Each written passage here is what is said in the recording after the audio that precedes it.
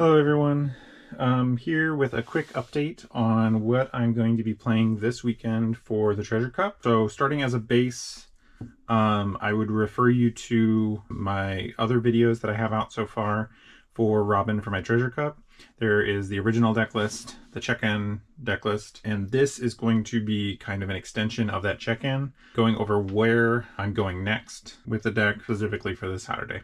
So to start off, I want to go over some kind of ground goals that I was aiming for with this update.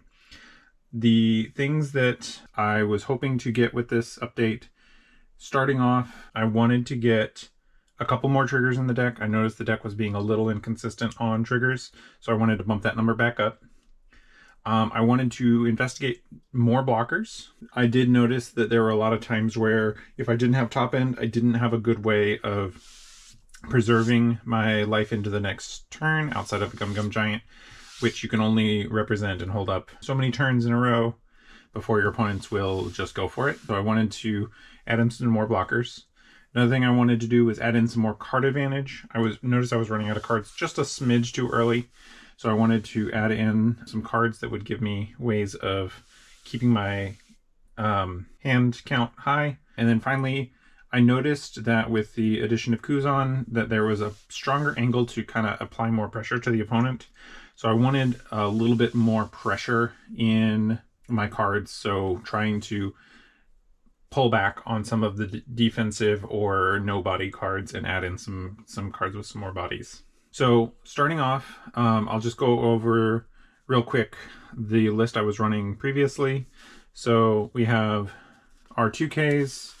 These are staying the same this time. 4 Nico Olvia, super great with pressure and awesome trigger. Frankie, another one that, especially late game, can represent some pressure that your opponents don't expect. So I'm running that as my 2Ks. In the last set, I'm running 2 Capone Gang Beige and 2 Usohachi. I really do like the Usohachi, and I found that when I was playing it, it was definitely a card I could play towards using as like a finisher. And it was more relevant that I found than maybe Sanji might be, just because of the amount of extra Dawn you would have left over. Oftentimes it was just one blocker you need to get past for your big body, and so resting and then splitting between your leader and Yamato, for example, was a good way to finish. So this is my 2Ks. The only reason I'm not running more Usohachi is because I needed the trigger count to be high enough, and because Usohachi is mainly good only at the end of the game, I figured I would shave some there to get back some counters in that area. Next category, we'll go over some removal cards. So start off, we have the 4 of Nami. This one is real great. There's another reason I'm increasing the trigger count in this iteration, is to supply Nami. This is a real strong removal. The next one, and this is the first place that you'll kind of notice some of the format of this video. I've got one of these unsleeved, but this is the 4 of Onami that I was running. One of them is unsleeved because I've already selected the replacement for it. I thought that 4 of these was a little overkill, and especially because coming out of trigger you didn't get a body, and I didn't find that I would reliably hit the triggers anyways, so I figured cut down on those, rely a little bit less on triggers, and that would be good. Next card for removal, we have this 4 of Kuzan. This one is really great at attacking hand in the early game, especially against decks that want to play a Searcher or something like that, or disrupting Doflamingo's 1-drops. But I felt like 4 was a little too much, so I've already identified one of them as my cuts. Then we have Gadatsu. I was actually really pleased with how it went for the first couple copies. I think because I needed to get my trigger count up, this was a one without a trigger, so it was a nice target to aim at for that. So I have designated 1 to be taken out. Also on removal, we have 2 Brachiobar. Neither of these are sleeved. They're both getting cut this time around. Still a very good card. I just found that there were oftentimes using 6 to remove a blocker on the end of the game was too expensive and wouldn't let me get a good follow-up swing afterwards. And the trigger on it was lackluster enough to where I couldn't justify keeping it. Then going into some of our card advantage cards. We got the 2 of Jewelry Bonnie, great card advantage card, great trigger. So one that I was interested in holding on to. 2 Shirahoshi. This one and the 2 Salt after it are my blockers. They are the kind of in-game survival stuff, and that was part of the angle that I wanted to increase in this next version. But I didn't specifically know if I was going to add these ones in particular, because both of them, this one not having counter and this one being 0 cost and kind of easy to get around, I felt like I needed to explore the rest of the options.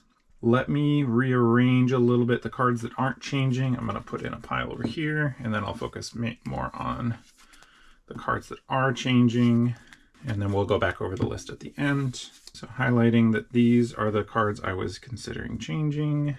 Now to finish out the rest of the list, I have 2 Nico Robin. This is the same number that I was interested in. A good pressure card. I really like this one at the very end of the game as a way of, when your opponent's on 3 life, you can use Robin, burn a life, swing 9 with lead, burn another life, and then if you've got a couple of top-end bodies, 2 more 9Ks. And that is a spot where if they can't get out of the first 9K, then they just lose there, because they don't get any cards from that point out. No, they get 1 card. But I have found that this one is the kind of card that if I can hold on to it to late game, just by using giants and whatever on other cards, if this can be one of my last 1Ks or whatever, this can be really kind of steal the game. Now getting into top end cards, 2 Katakuri. I really like this one for the Katakuri Olvia and put Olvia on life play while holding up Gum Gum Giant. Great card. I don't think I could go more of it because it is only removal or heal. And I don't think I can afford to have that card without the flexibility at any higher. Next card, we have Charlotte Lenlin. I don't like the trash card still, but I have come around to it more, especially in context of BY Luffy. But I figured that Kuzan was helping me enough in that matchup to where I didn't necessarily need to go all the way up to 3 on this one. So you can see one of them's highlighted for removal. Next, going to my final top end, we have Yamato. I tapped 1 to be removed because I do value that Linlin is useful against BY Luffy. So I didn't want to go down to 1 there.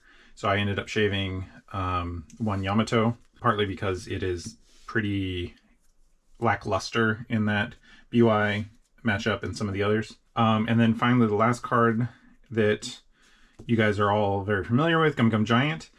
It is one of the cards that I decided to go down on. I wanted to get up the number of counters. This was one of the cards that if I see all 4 of them in a game, I'm either way ahead or it's too many and then I lose because I don't have enough other things. So I am cutting one of them to make room for another counter card.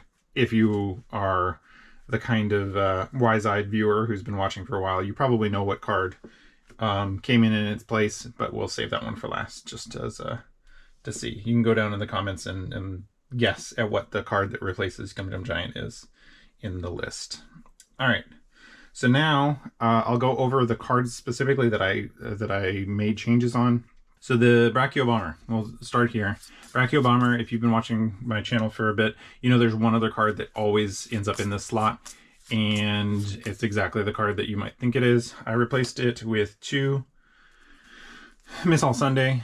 I felt like my removal numbers were high enough to where I could afford this, and I really wanted the extra card advantage, and they kind of fit that same spot. The other advantage that I am hoping to take advantage of with Miss All Sunday is it's only 5, so on the turn that you can play it, either on 6 or 7 Dawn, you have a little bit extra to apply with leader and kind of keep the pressure up just a little bit. And then it also being a trigger body and a body that can swing later, it fits in with both the pressure and the card advantage themes. So that is the first swap that we'll go over. 2 Bombers out, 2 Miss All Sundays in. Next, let's go over the Kuzan and the Onami. These 2 were a little bit of shaving to, like I said, I have a lot of removal. I think 3 Kuzan, 2 Linlin, 2 Katakuri is enough for BY. I think it's a relatively in our favor matchup, so I figured I could shave a little bit. And then Onami was one for, what's it called? For Dofi primarily. And I still feel pretty confident into Dofi, especially because Kuzan and Gadatsu were not in my earlier lists. And I think that these two both, while not as ideal as a Nami trigger, both have pretty justifiable angles for them. So those two, put these off to the side. Those two got replaced with the blockers that I was interested in running. So I wanted to keep my counter count the same, or my trigger count the same, and my counter count the same. So I have Onami replaced with this yellow Sanji. I'm going to be honest, part of it's because I had the alt art and I'm looking to use it. And then the Kuzan I'm replacing with Onami here. It could have, this very easily could have been Shirahoshi or Sol, but I wanted to keep the 1k counter. And then because I was looking to get a little more card advantage in my deck, I wanted to try out Onami just as a one of, because I think that in a lot of the situations, her versus Shirahoshi is going to be very similar. And I want to test this one out before I commit to adding more of them. Because one of the nicest things about Shirahoshi is that she's compatible with Katakuri if you've got another body on the board. So these are the next two swaps that go over. Next, I want to go over the Gadatsu swap. Again, this comes down to the number of triggers I wanted to run, and I happen to have exactly one of this Monkey D. Luffy alt art, so it felt like a good fit.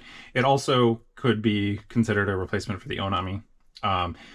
The upside over Onami is that it's a little better threat if you have to cast it out early, and the upside over Gadatsu is that it's got trigger and that it always hits for 4, even in late game.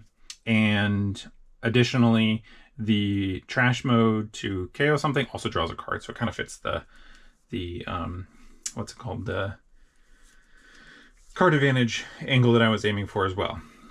Now you can probably guess what the replacements were for top end. I was pretty happy with my amount of top end, so this probably won't come as too much surprise, but I'm running 1 ace in each of their slots, and that'll give you a good hint as the last replacement card. The reason I picked ace over these two is primarily because of pressure. I found that there were a lot of times where, especially against black decks, I would play out my 9-drop and then it would be immediately removed and I would have no value other than the heal from it. So I wanted to get a way to exert some sort of effect on the game without healing my opponent or having the inconsistency of Yamato. Especially when your opponent comfortably goes down to like 1 or 2. I wanted a way to help finish. Another option could have been the purple secret Luffy, but I wanted to maintain my healing because I felt like I'm pretty close on the amount of healing I need for the deck. So that's how I landed on ace. But because I'm adding ace and he is incompatible with Gum Gum Giant, I ended up adding in 1 You're the One Who Should Disappear, and that helps get my counter or my trigger count up, plus also gives me not anywhere near as strong, but still a quite viable thing to use, and is great with all of my non-counter cards as just a way of getting rid of them at 0 cost. And since at locals my opponents won't expect me to be running this one, this might be able to get me out of a couple tricky situations there. Although if they watch these videos, then my secrets are out. All right, so now I will reset here real quick and we will go over a brief look at what the deck is as a whole. And while I'm setting that up, I wanted to talk a little bit about the kinds of things that I am going to be trying for gameplay differences to adjust how I play the game and maybe get some mileage out of gameplay differences that I don't currently. So the first thing I wanted to emphasize that I'm trying is I'm going to try to be more aggressive combined with countering a little bit earlier. So the idea with that is that I don't have to drop into the heal 1, swing 5 pattern right away. It sets me up for some pretty easy spots for my opponent, where if they can remove my top end, I am without any pressure. So my goal is to play in such a way that if they remove my top end, it is after I have gotten a lot more pressure applied to their life. So example of how that might look is when I hit 9 Dawn, instead of immediately going into Charlotte Linlin or Yamato, I would prefer on those turns to be at maybe 3 life if I can defend enough early, and then play maybe a Kuzan or a Gadatsu or something to those effects to set up for the following turn, plus get in some extra swings. Alternatively, Katakuri goes really well with Olvia as a way of exerting a lot of pressure. Or maybe a Nico Robin, or set up a Saul. Some idea of go a little harder on their life early so that they can't sit back on their laurels as much later in the game. Yep, let's scooch all Sunday. So that's one of the first things I'm trying to be more aggressive with my gameplay, and that is partially enabled by countering a little earlier. And that's part of the reason I really wanted to make sure that I kept my my trigger count and my counters count, which I think are both pretty good where they're at, in check, and I didn't want to adjust those numbers. So this is where I'm at right now. So here is the full deck list. Things to highlight that I'm going to leverage to be a little more aggressive. I really like Olvia. Olvia is a card that I've really enjoyed and really felt as quite good played out, and is something that I've been adapting and adding more and more to my play patterns. In one of my Doflamingo videos, I guess it's going to be a couple of weeks ago, I had a really nice situation where on 6 Dawn, I played out Olvia, used Leader to swing at one of their Jimbes, and then Nami KO the other one. And getting Doflamingo to the spot where they don't have anything is exactly where you want to be. The less pressure they can exert on you, the stronger your deck is against them. And so using Olvia as removal in those spots was great. Other cards, Kuzan has really overperformed in that on the 6 Dawn turn, you get to swing 7 and still disrupt their game plan, affect their life. Especially if you swing 7 and they counter out of it, give you 2 cards, and then you Kuzan, they're down 3 cards for the turn, and they, as an exchange, they've only gained 1 life, which I found was quite effective at kind of setting me up for success later. Other notable things that are in this list, I think, is mainly the Ace is the thing that I kind of want to highlight. I'm really hoping that Ace gives me the kind of pressure I need to, as soon as I hit 10 Dawn, if I can drop down an Ace and swing at their life and really put the pressure on. Ace is both hard to remove and better at getting rid of opponents' top ends at the 9 or the 10 instead of 9. So that's one of the cards that I'm really hoping to kind of focus in on going forward. So real quick, net changes from this list to the previous one. I gained 2 triggers. You're the One Who Should Disappear and Monkey D. Luffy. I've lost about 4-ish removal cards. I think with the addition of Kuzan to my original list, I have kind of balanced that practice out, and I think I had too much in my previous one. I added in 2 blockers, being the Onami and the Sanji, and I added in several options for additional pressure. Luffy compared to Onami, Sanji as a body who can come out with trigger when you don't need the blocker, and the ace exerting a little bit of extra pressure, and potentially Miss All Sunday coming out of life being some extra pressure. So those are the kind of overall things that I've adapted to. So we'll kind of see how it goes. If you have any other recommendations, I haven't submitted deck lists. So if I see a really good one in the comments, I will definitely check it out and run it on sim a little bit and see if it gets added in. And I'll make sure to shout you out in community post if I end up making any of those changes. So once again, thanks for watching, and I appreciate all the support you guys give to these Robin videos. Like, comment, and subscribe to see more. And I will see you in the next video.